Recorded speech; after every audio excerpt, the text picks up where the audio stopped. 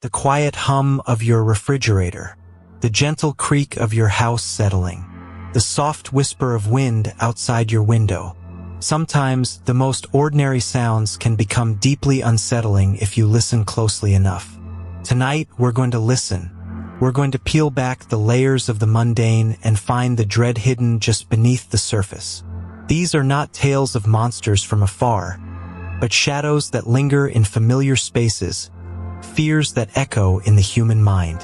So, turn off the lights, put on your headphones, and let the quiet discomfort begin. Because what you're about to hear might just make you question the safety of your own four walls. The hum from our refrigerator usually blended into the background, a constant, low thrum of domesticity. But tonight, it was gone, and the silence that took its place felt like a weight pressing down on the whole house. I was 17, home alone on a Friday night, trying to finish a research paper due Monday. My parents were away on their anniversary trip, leaving me with strict instructions about not burning the house down and making sure the dogs were fed. It was raining, a steady, soft patter against my window, which usually helped me focus. Around 10 p.m., right when I was halfway through my conclusion, the power flickered once, twice, and then just died. The whole neighborhood went black. No streetlights, no porch lights, just the dense, wet dark. My laptop, thankfully, had a decent battery, but the Wi-Fi was out, and I needed internet access for a final source check. Great. I fumbled for my phone, its screen a blinding rectangle in the sudden gloom. No service, which wasn't unusual for our area during bad storms. I grabbed a flashlight from the kitchen drawer and then hunted for candles. We had a few emergency ones stashed away, thick white pillars that smelled faintly of vanilla. Lighting the first one, the small flame danced, casting long, wavering shadows that made familiar objects look alien. The rain intensified, drumming a rhythm on the roof that seemed to amplify the quiet inside. My two dogs, Buster and Lucy, both labs, were usually sleeping at the foot of my bed, but tonight they were downstairs, restless. They were whimpering, a low, nervous sound I hadn't heard from them since the last big thunderstorm when they were puppies. I figured the storm was getting to them. I went downstairs, flashlight beam cutting through the inky blackness. Buster was by the front door, his nose pressed against the crack at the bottom, letting out soft, distressed growls. Lucy was behind him, tail tucked, making those anxious little whimpers. I tried to reassure them, stroking their heads, but they were unusually tense. Their fur felt bristly under my hand. It wasn't the thunder scaring them, I realized. The rain was steady, but the lightning had passed, and the rumbling was just distant now.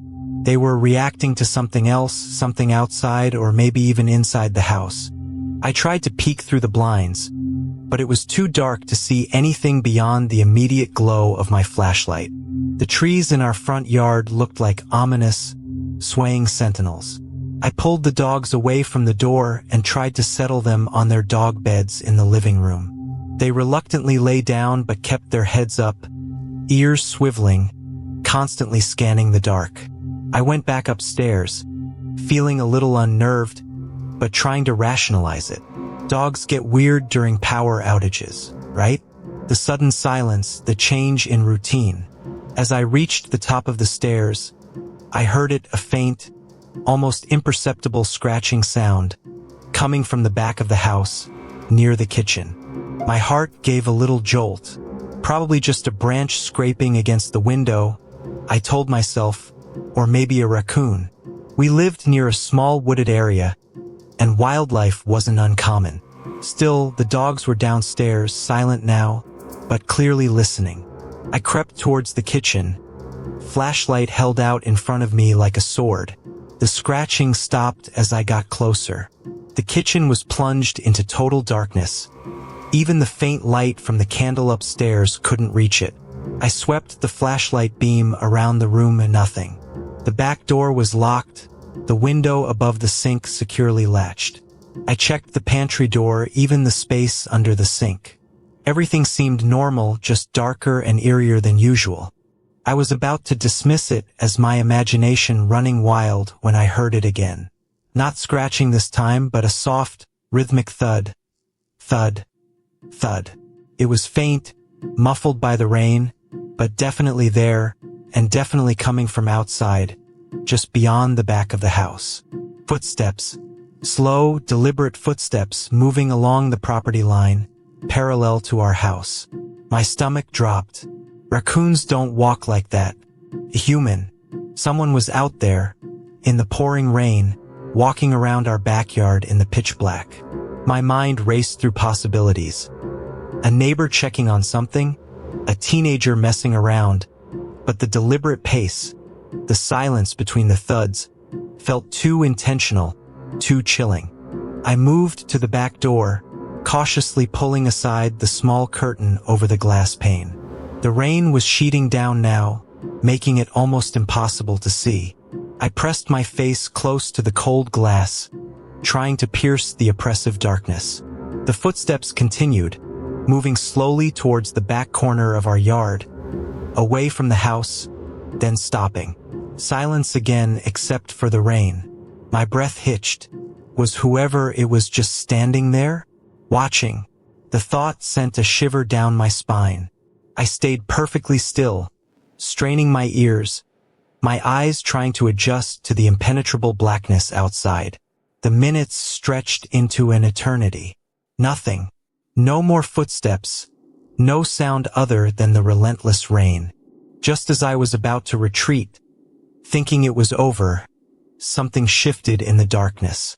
A faint, almost imperceptible shadow, darker than the night itself, detached itself from the line of trees at the very edge of our property. It was tall, too tall to be a person, and it moved with an unnatural fluidity. It seemed to glide rather than walk, making no sound at all. It was hard to make out any details, just a deep, featureless void that absorbed what little ambient light there was. It moved slowly, steadily, along the far edge of the yard, staying just within the tree line, heading towards the side of our house where my bedroom window was. It was too far away for me to confirm what I was seeing, but I felt a primal terror grip me. I backed away from the door, my heart pounding a frantic rhythm against my ribs. I scrambled upstairs, ignoring the whimpers from the dogs, and locked myself in my bedroom. I pulled the thick curtains shut, even though I knew it was useless against whatever that thing was. I sat on my bed, knees drawn to my chest, flashlight clutched in my hand, its beam pointed at the door. I stayed like that for what felt like hours, listening to every creak, every gust of wind. Sometime in the early morning, the power suddenly surged back on. The streetlights outside my window flickered to life, and the hum of the refrigerator downstairs kicked back in, a welcome, familiar sound. But now it was accompanied by a new, faint hum. It was coming from next door. The neighbor's house, which had been dark and silent all night, now had a single light on in an upstairs window, and a low, almost vibrating hum seemed to emanate from their property. A sound I'd never noticed before, and one that filled me with a cold dread I still can't shake. It's easy to dismiss a strange sound, a fleeting glimpse, or an uncomfortable feeling. We tell ourselves it's nothing, that our minds are playing tricks. But what if the unease isn't just in your head? What if something has already found its way in, and you just haven't realized it yet? The small emergency generator, a cheap noisy model I'd only seen my dad use during one other outage, kept cutting out and sputtering back to life that night.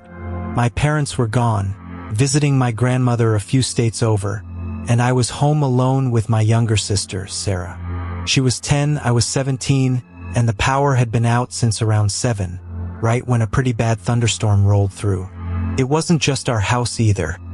The whole block was dark, stretching as far as I could see down the street.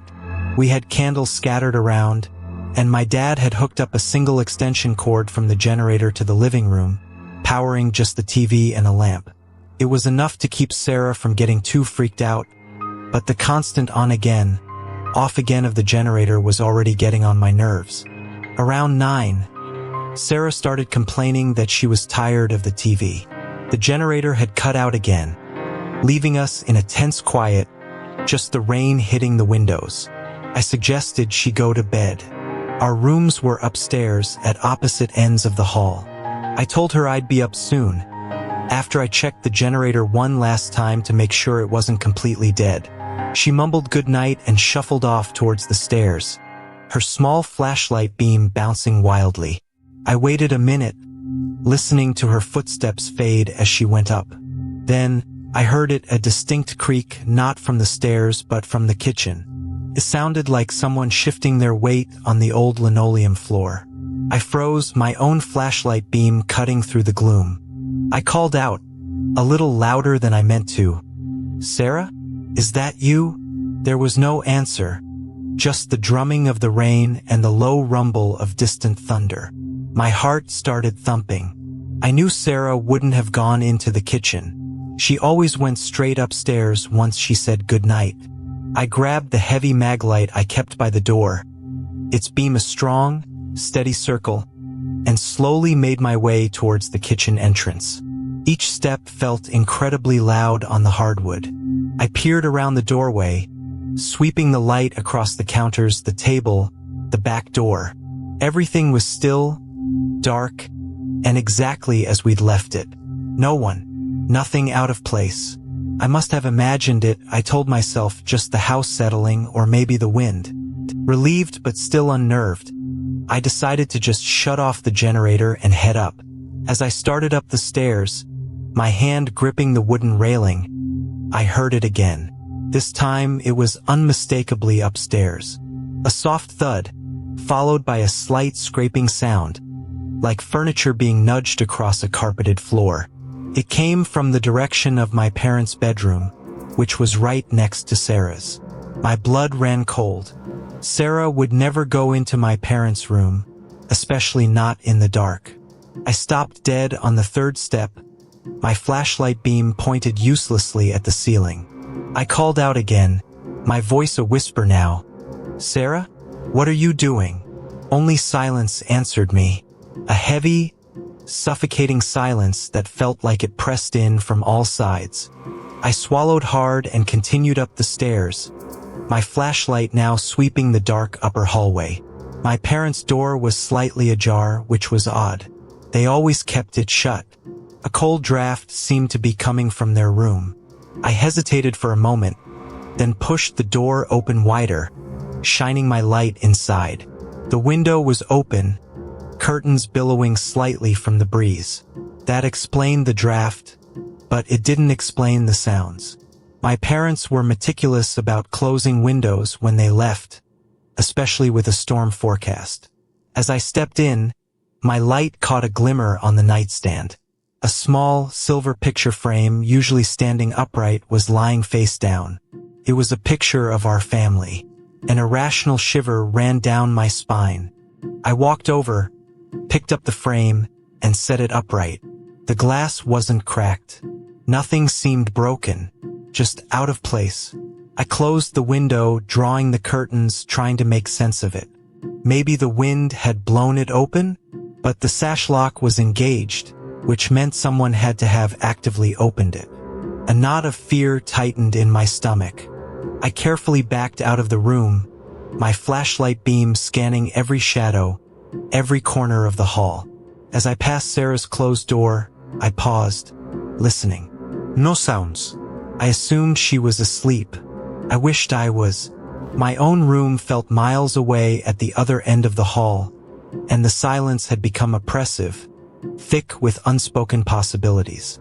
When I finally reached my own bedroom, my hand trembled slightly as I reached for the doorknob. It was cold. I pushed the door open and shone my light in. Everything looked normal.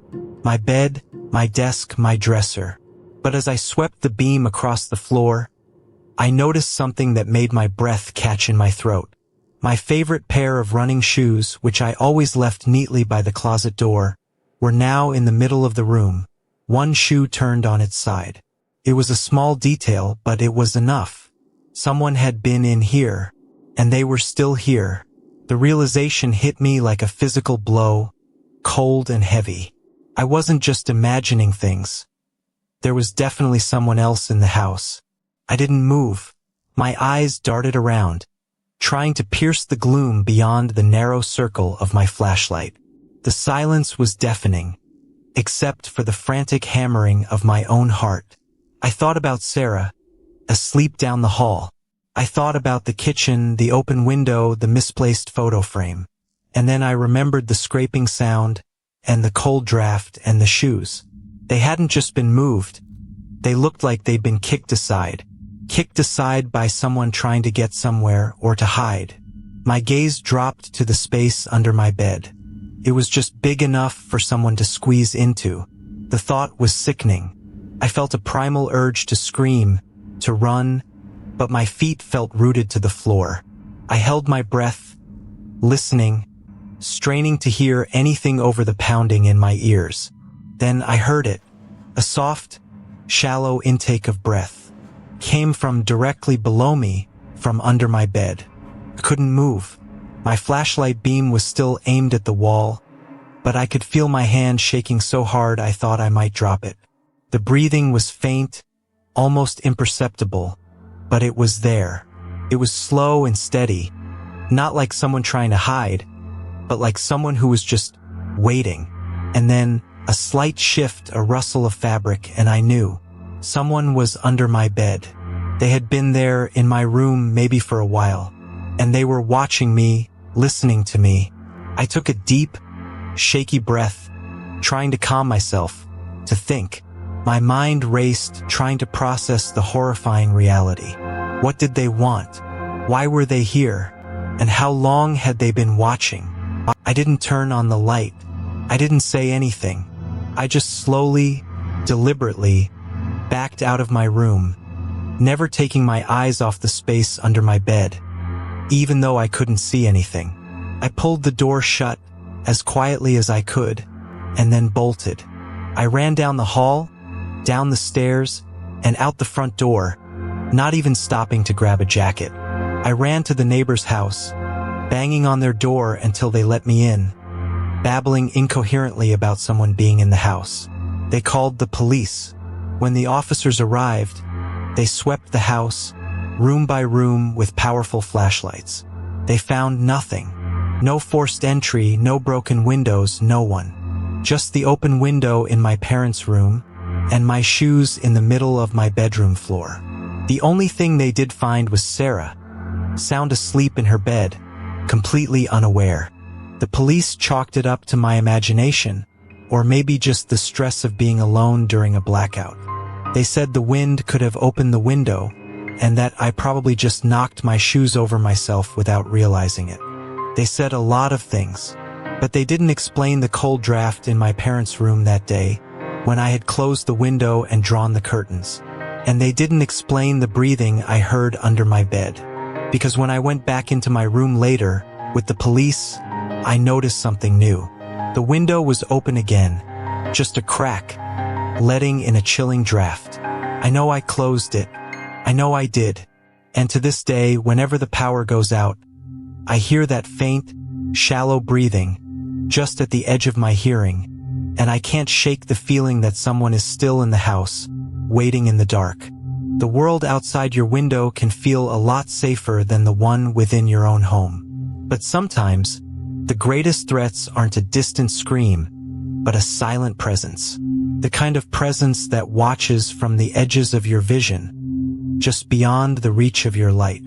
The power had been out for maybe 2 hours when I heard the click from downstairs. Not a flicker or a hum, just a solid, definitive click, like a light switch being flipped. But it was impossible. Every switch in the house was already off, the whole grid dead, and I was sitting alone in my bedroom, scrolling aimlessly on my phone until its battery died. I was 22, living in my parents' house for the summer between college semesters, a quiet suburban street where nothing ever really happened. My parents were away on a week-long cruise, leaving me with strict instructions about locking up and not burning the place down. I had the whole big, quiet house to myself, which usually felt like a luxury. Tonight it felt very, very empty. The storm had rolled in fast, a sudden violent summer squall that knocked out power across the whole neighborhood. Now, the rain had mostly subsided, leaving behind that heavy, humid stillness that always follows a big storm. My phone was down to 5%, so I plugged it into a portable charger, knowing it wouldn't last much longer. The only light in my room came from the faint glow of the charger's indicator, a tiny red dot. The rest of the house was absolute pitch black, the kind of dark that feels thick like velvet.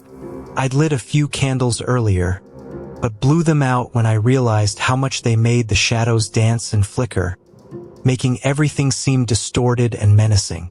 I just wanted to wait it out in the quiet. The click downstairs was too clean, too deliberate, to be a house settling or a loose branch. It had sounded like it came from the living room, near the big picture window. I froze, my thumb hovering over my phone screen.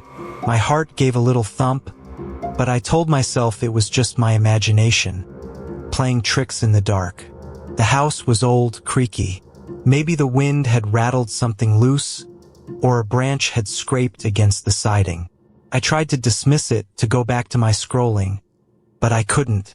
I held my breath, listening, but there was nothing. Just the distant drip of rain from the gutters, and the hum of my own pulse in my ears. I strained my ears, trying to pierce the oppressive silence.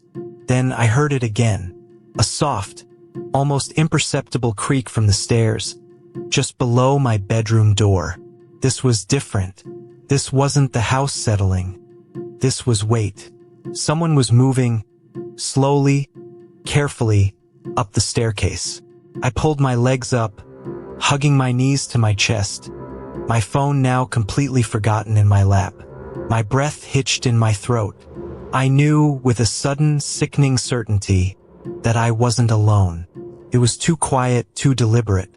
Whoever it was, they were trying not to make noise, but in the absolute silence of the blackout, every tiny shift, every faint friction was amplified, impossible to ignore. I felt a cold dread start to spread through my chest.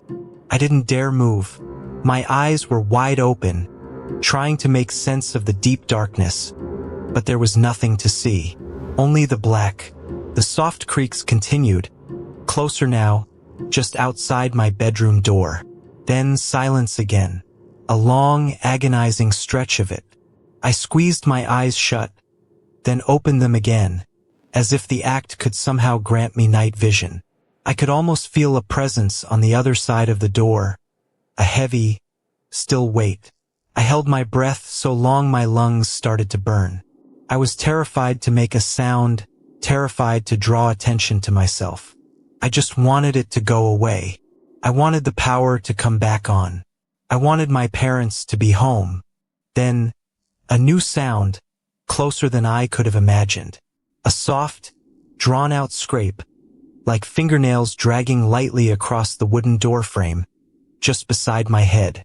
My entire body locked up. This wasn't a branch or the house. This was inside. And it was right there. I could hear, or maybe feel, the faintest shift of air, as if someone was moving their hand. I tried to swallow, but my throat was too dry. I could hear my own heart hammering against my ribs, a frantic drumbeat in the oppressive silence.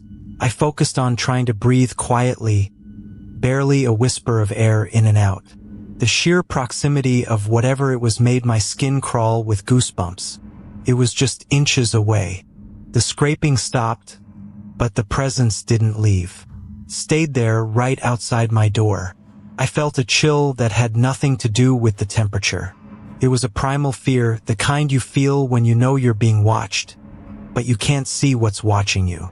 And then I heard it. A faint, almost imperceptible intake of breath. A soft, slow inhale from the other side of my closed door. It wasn't my breath. It was deep, calm, and steady. It was listening. It was waiting. And I realized with a sickening jolt that whatever was out there, it knew I was in here. It wasn't just exploring. It was aware of me specifically. It was a conscious, predatory presence. My phone, forgotten until now, suddenly chimed with a low battery warning. The screen flickered to life for a single, blinding second, illuminating a tiny sliver of my room with its dying light. And in that instantaneous flash, I saw it. Not a shape, not a shadow, but two pinpricks of light, reflecting back at me from the crack under my door. Two perfectly round, unblinking points low to the ground. They were too far apart to be an animal, too steady to be anything natural. They were eyes, watching, waiting. The phone screen died again, plunging me back into the absolute darkness. But the image of those eyes burned into my mind, impossible to unsee. They weren't just watching, they were seeing. I don't know how long I stayed like that, frozen. Those two burning points of light etched into my vision. Felt like hours, a lifetime. Eventually, I must have drifted off into a terrified half-sleep, because the next thing I knew, the house was filled with the familiar, comforting hum of the refrigerator, and a faint glow seeped in from under my bedroom door. The power was back on. I lay there for a long time listening before I dared to move. When I finally worked up the courage to throw open my door, the hallway was empty, completely still. Every light switch was off, just as I'd left them. Nothing seemed disturbed, nothing out of place.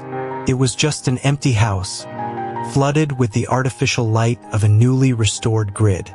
I searched the whole house, every room, every closet, even the basement.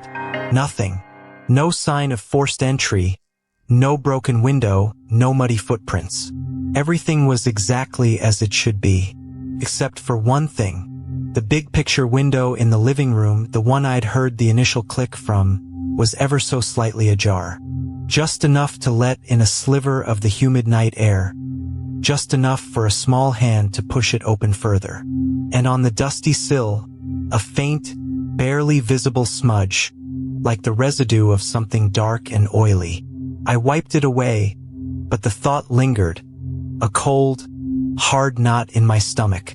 What if the lights went out again? I still sleep with a flashlight next to my bed now, but I know it wouldn't make a difference. Some things can see just fine in the dark. A flicker in the corner of your eye. A shadow that moves when it shouldn't.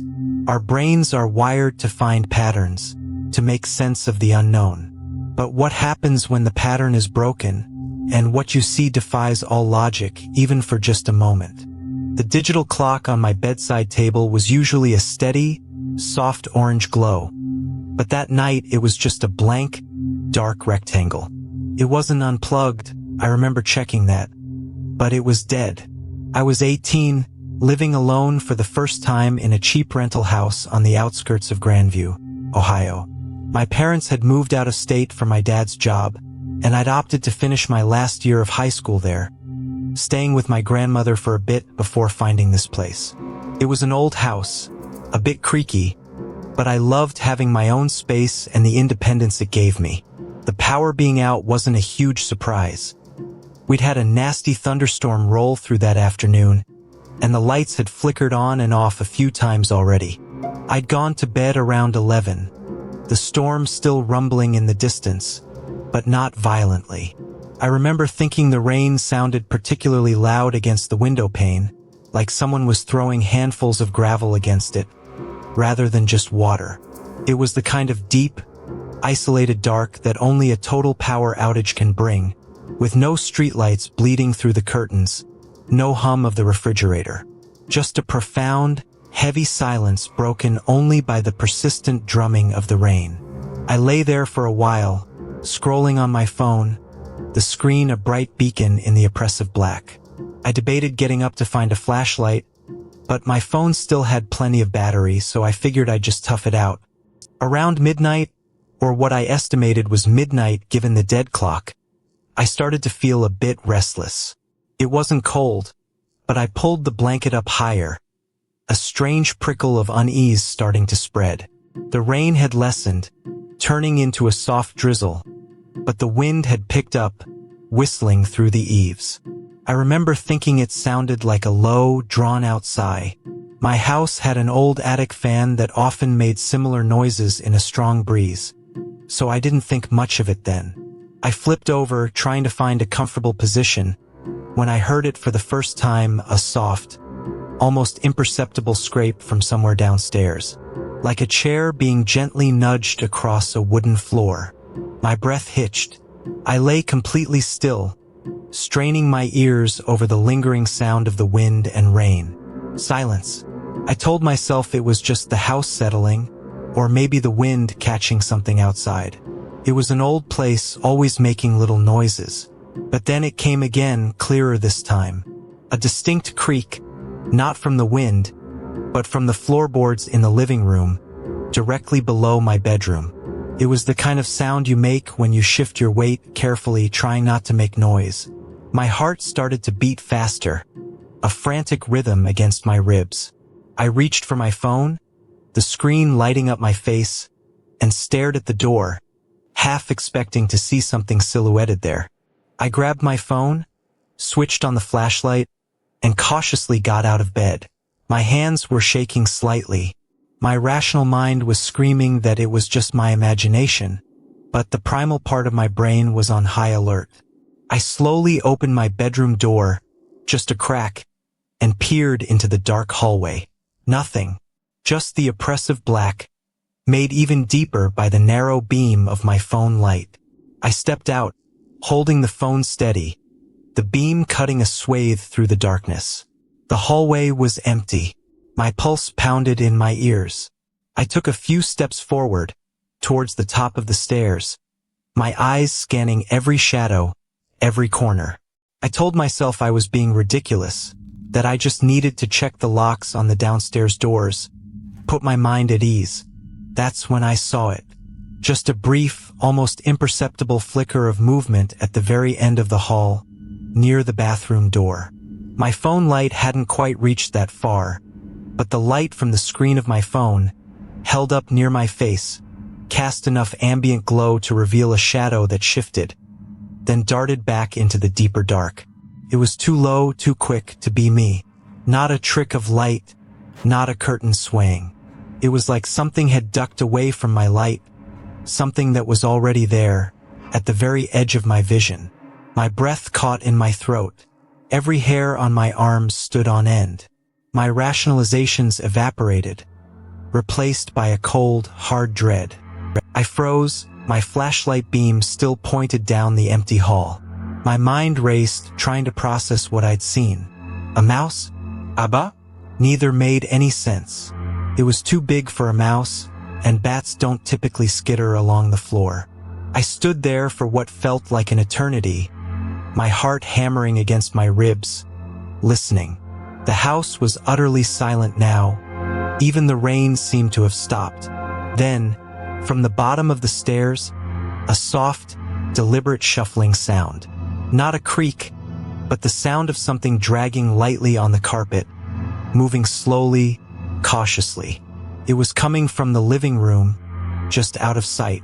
It was definitely moving, and it was moving like it knew I was there, like it was trying to be quiet. I slowly, carefully, backed up, my eyes still fixed on the top of the stairs. My hand found the doorknob to my bedroom, and I eased myself back inside, shutting the door as quietly as I could. I leaned against it, my body trembling, and tried to think. My phone was still lit, casting a dim glow in the room. I tried calling my grandmother, but there was no signal. The power outage must have affected the cell towers. I had to do something. I remembered the old landline phone in the kitchen downstairs.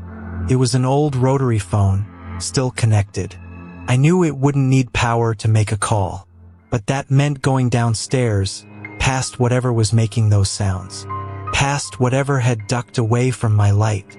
I crept back to my bed, pulling the covers up to my chin, my phone light off now.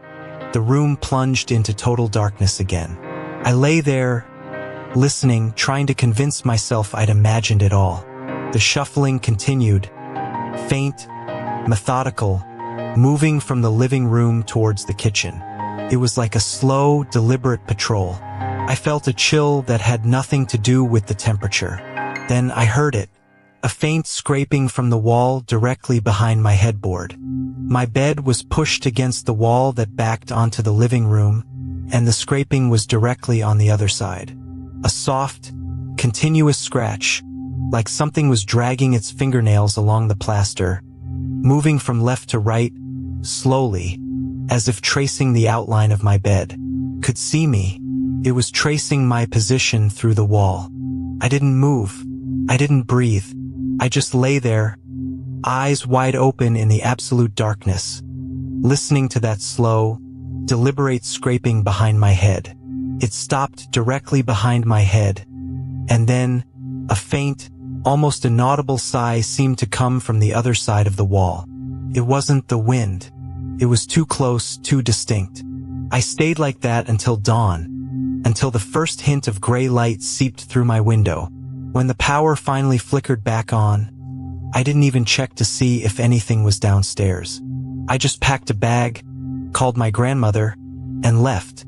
I never went back to that house, not even to collect the rest of my things. I still wonder what would have happened if I'd gone downstairs for that landline phone, or if I hadn't seen that flicker in the hall.